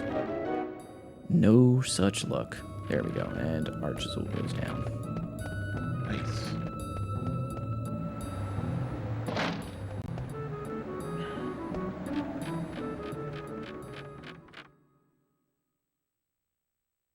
So, you may notice we do have Wisteria playing the. We do have Wisteria playing JP FF9. Do any of the other commentators want to touch on what some of the differences are from NA to JP FF9? Sure. There's a guy who's much better suited to this, but maybe he's not awake yet. Anyway, He might not be. anyway, yeah, I mean, besides the language itself, there's not many changes. Main differences are that certain boss fights are a little different in Japanese and English versions. Mainly Sea Lion and Black Waltz 2 fights, their counter attack mechanics do a lot more damage in JP. So you have to be higher level with your characters to fight them. So you might invest a little bit more time into leveling up your character. And then there's Red Dragons, which are on Disc 3, which can be run killers in NA. For some reason, their twisted attack just got hella buffed in the NA versions. Whereas in JP, they're not really lethal at all. So yeah, that's like the major changes I can think of right now. We'll be seeing those fights later on anyway. Yeah, did we touch on the Red Dragons fight by chance? Yeah, I mentioned that. Okay. Twister Sorry. is definitely less lethal in JP, but I mean, it could also kill you in JP, right? But we'll see. For sure. For sure. See if Dan gets this good old zoom hover or zoom climb here. Decides to take out the enemies for the safety there. I do like that. And go straight over the barrier. Very nice.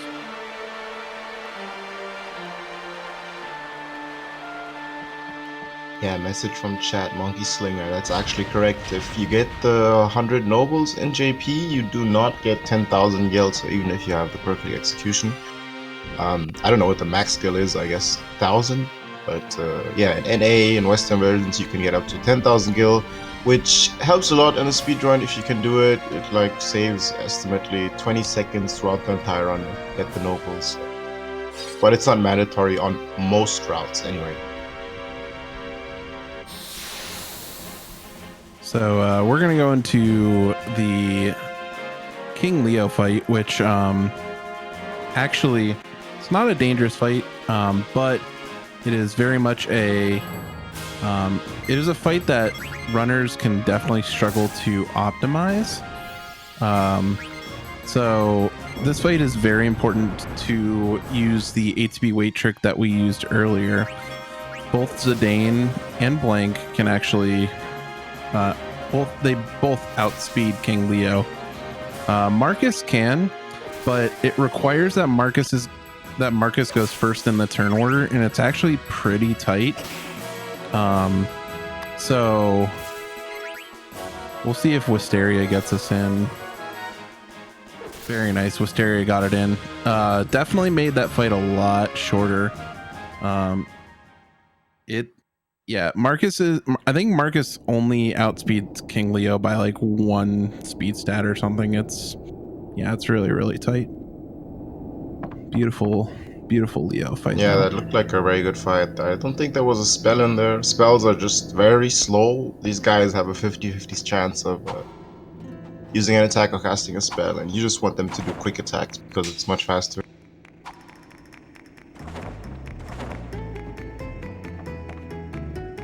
Did Brutal's name VV my dude, as always.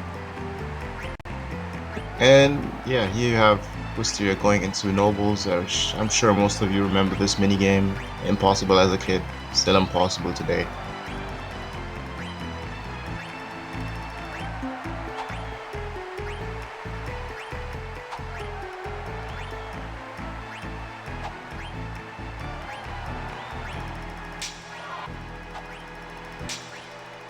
Yeah, Wisteria from Team Choco is actually a Japanese runner. He doesn't just run JP, he's Japanese himself.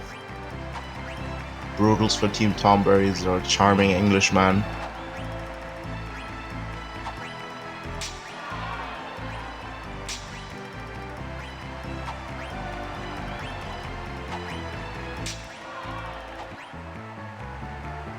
Looks like nice nobles from. Yeah, I didn't see a mess up yet so far. Yeah, I think might have missed one. Looks like it was 90, Yeah, 98 or 99. Maybe he actually did it perfect, but the speed is also a thing, so Yep. I think he may have had the perfect inputs, but yeah, anyway. It's tough on JP, no money. Brutals will be, I'm sure Brutals is very excited for the nobles, I'm sure. That'll be interesting. I mean, even when I speedrun myself, like, my heart rate goes up so high when I do nobles, it's so exciting and in front of a huge crowd.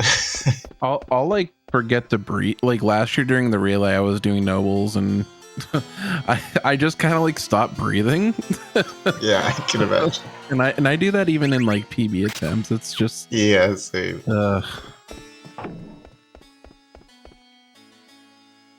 And here, Wisteria just equipped the Mage Masher, which you stole from King Leo, whatever, Baku, Masked Man, because it adds to Zidane's damage a lot. You'll be using this weapon in the early game for a long time.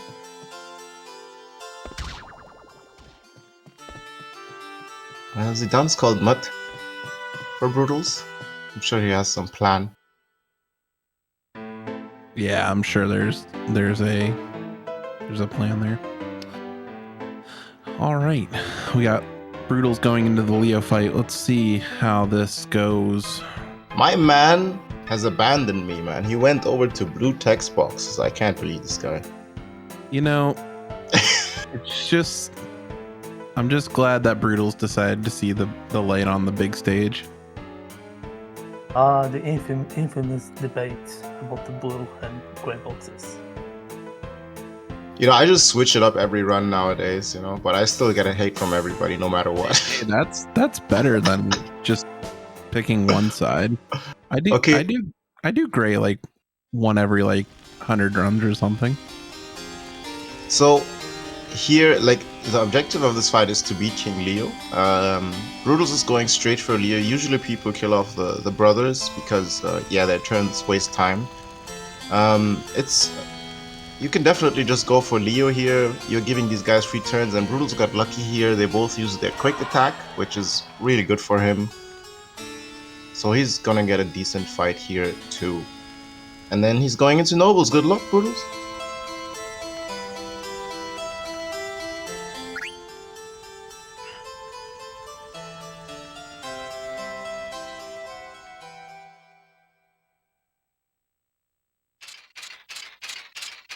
Like Dan out to Bandaga these dudes on his screen, and he'll be skipping the automated turret section here because of the keycard preservation that he just had.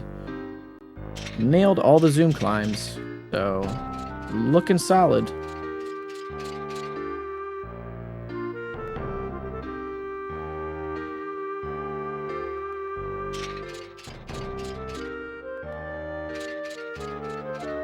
Oh, Brutals, my man. He is messing up. This man isn't quite there yet.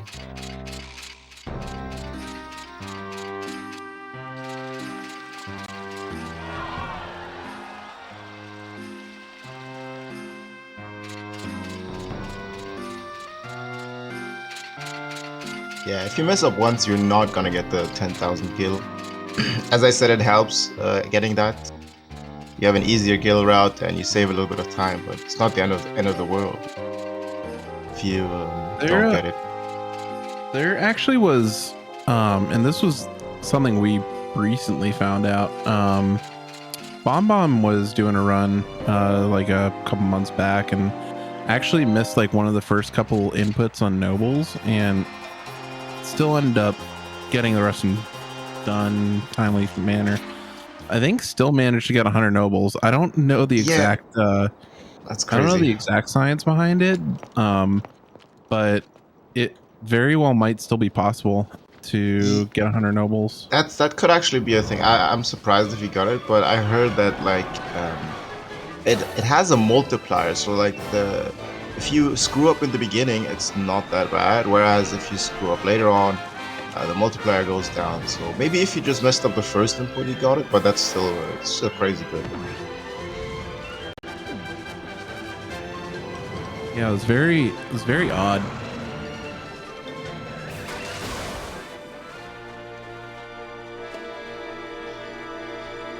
Rev in the chat says you can miss up to 3 inputs, and I do remember it was Bomb's second input.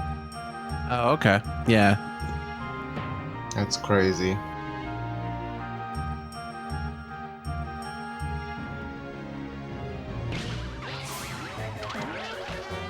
Dan heading into new. Yeah, he said Rev said you can miss one of the first 3.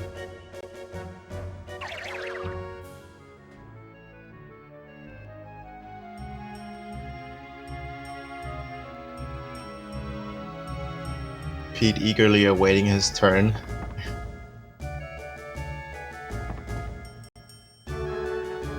Just look at it as if you had a 40-minute mage masher, right? That's how you're gonna look at it. You could just do Rezo strats and get the Mage Masher and Ice Cavern. Yeah, I would like to see that actually. One of these years. I would like to see that.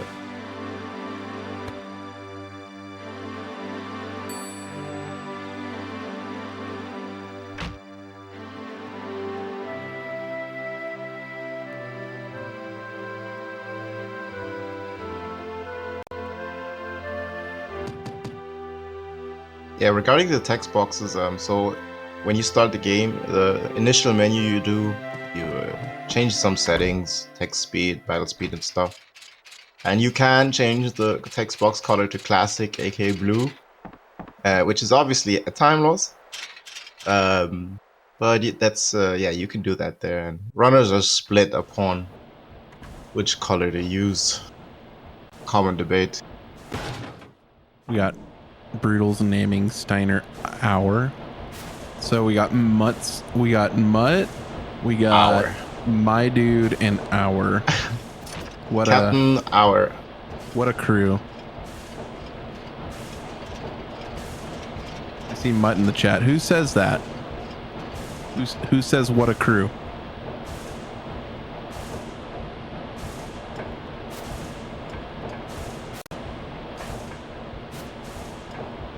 Says that.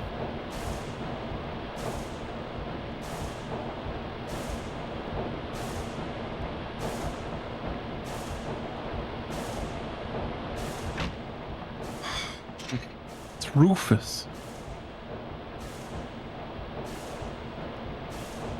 All right, we got Wisteria going into the Steiner 1 fight, and so this fight we're gonna use the ATB weight trick if we get it with Zidane and or Blank.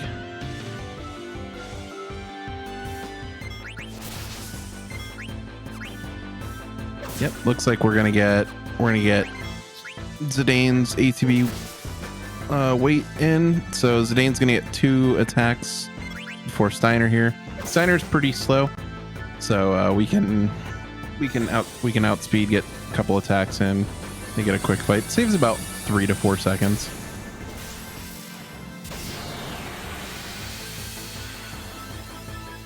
Yeah, the ATB. Every fight, the ATB starts up in random points, except for like some scripted fights. So you have random ATB and so do your enemies. So yeah.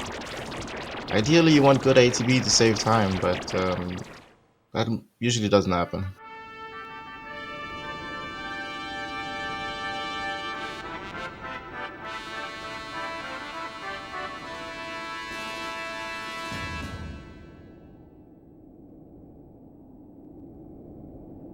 So yeah, we have JP here and the NA version. NA is, I guess, the version which most people run. There's also the HD version of FF9, obviously. It's not represented here, but Jack, do you run HD, right? And here misses the bug room skip, but it looks like he's going to be able to pick it up with the dragonfly skip now. Final dragonfly skip coming up. Gonna opt to open the door, same as City did.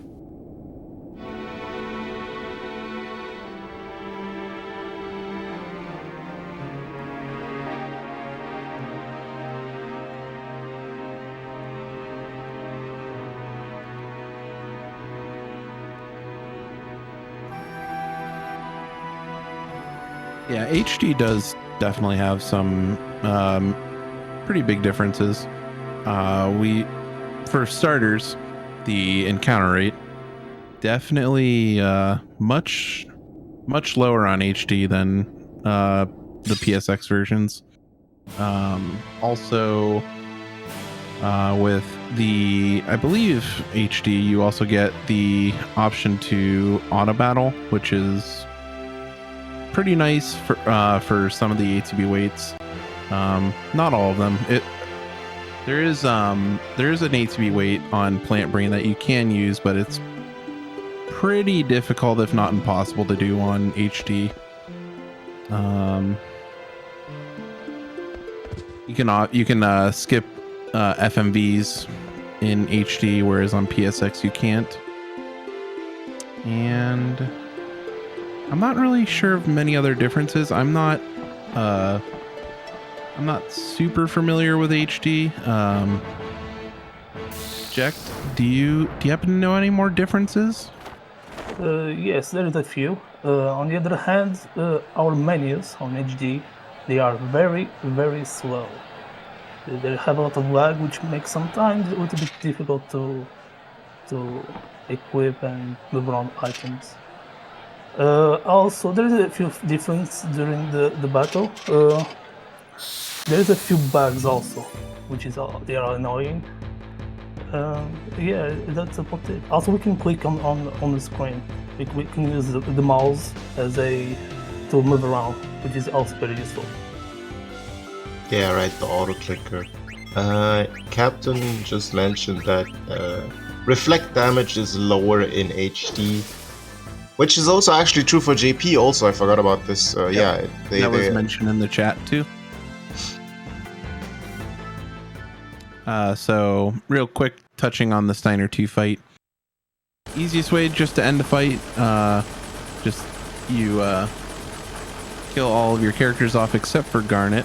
No one in the history of Final Fantasy IX speedrunning has ever attacked Garnet. Nope.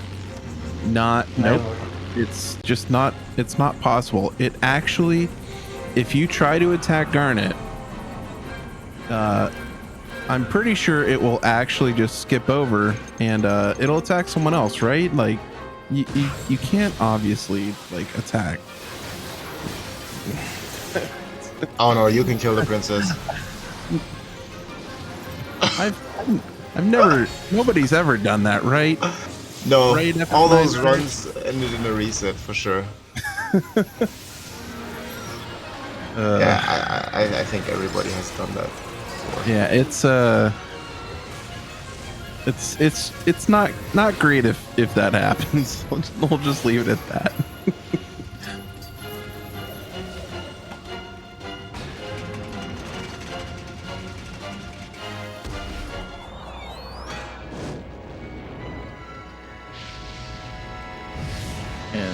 Vice Empowered goes down on Dan's screen really fast. I think that's probably the fastest Vice Empowered that we've seen out of the 3 runners. That was really, really quick. Holy crap. I like blinked and I missed it. That's Dirge for you. And now Vincent has once again become Chaos. Chaos. Chaos. Oh no. Why do I know this reference? And I already said earlier, I was like, well, Vincent's become Chaos, but it's a good thing that Jack Garland's run is already over. Otherwise, we've had to say a thing or two, Vincent, about it.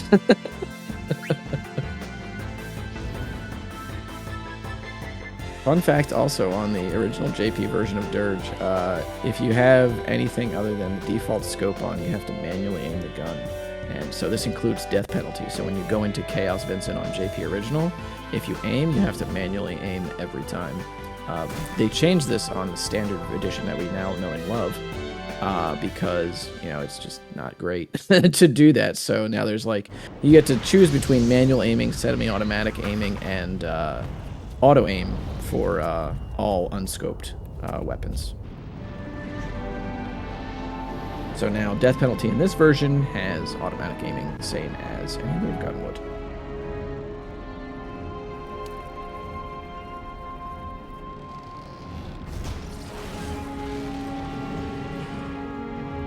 Dan cruising through too.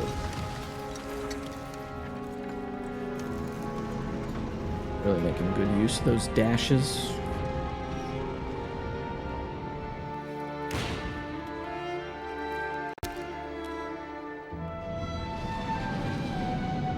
And I think once he reaches the top here, he's probably going to take out a few of the enemies. Yep, just to make sure. Play it safe. Vincent looking mighty elegant. He's leaping like a ballerina.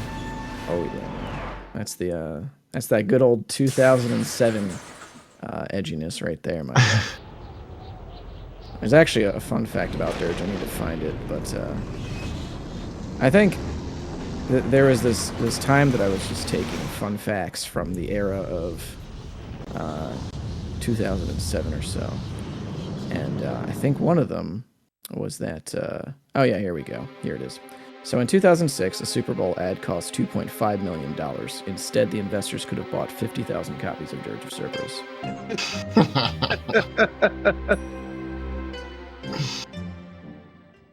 Beyonce's Irreplaceable was the top song during 2006, Dirge of Cerberus' release year. This song accurately describes Dirge of Cerberus.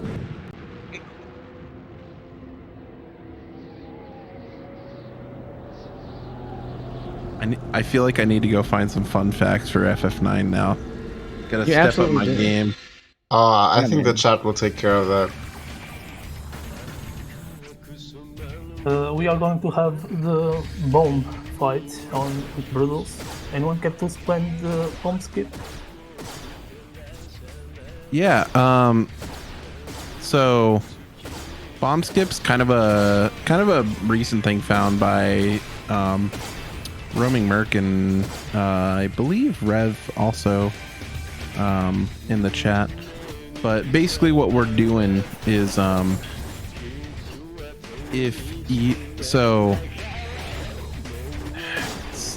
guess Rev did not have anything to do with it. But basically what we're doing is we are staggering the ATB, kind of like a reverse ATB weight in a way, where the bomb can actually outspeed Steiner just enough to where you can skip the second set of dialogue from Steiner, and therefore saving quite a few seconds. I want to say it's like 8 to 9 seconds or something. But basically, yeah, we're just skipping some dialogue from Steiner because the dialogue boxes are pretty they're pretty slow. They take a while to kind of go through.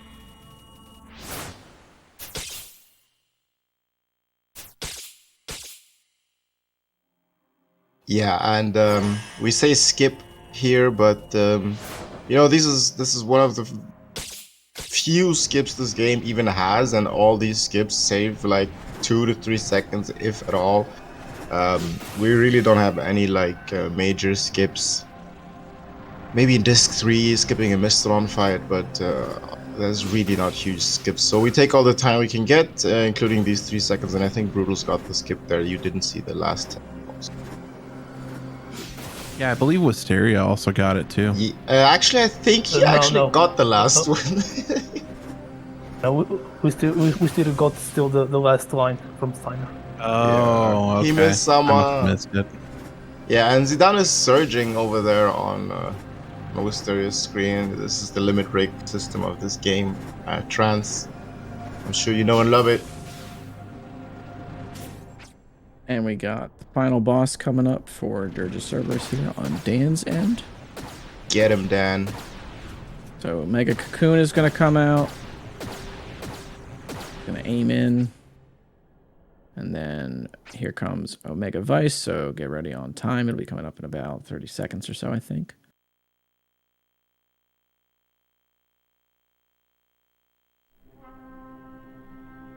Once this PS2 load is over.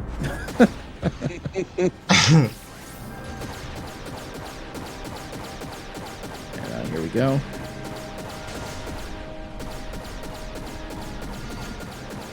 Really chucking out that damage. Super, super fast. Only on the first limit break here. Got down to the half health. That's really, really quick. Good stuff, Dan. Alright, and here we go.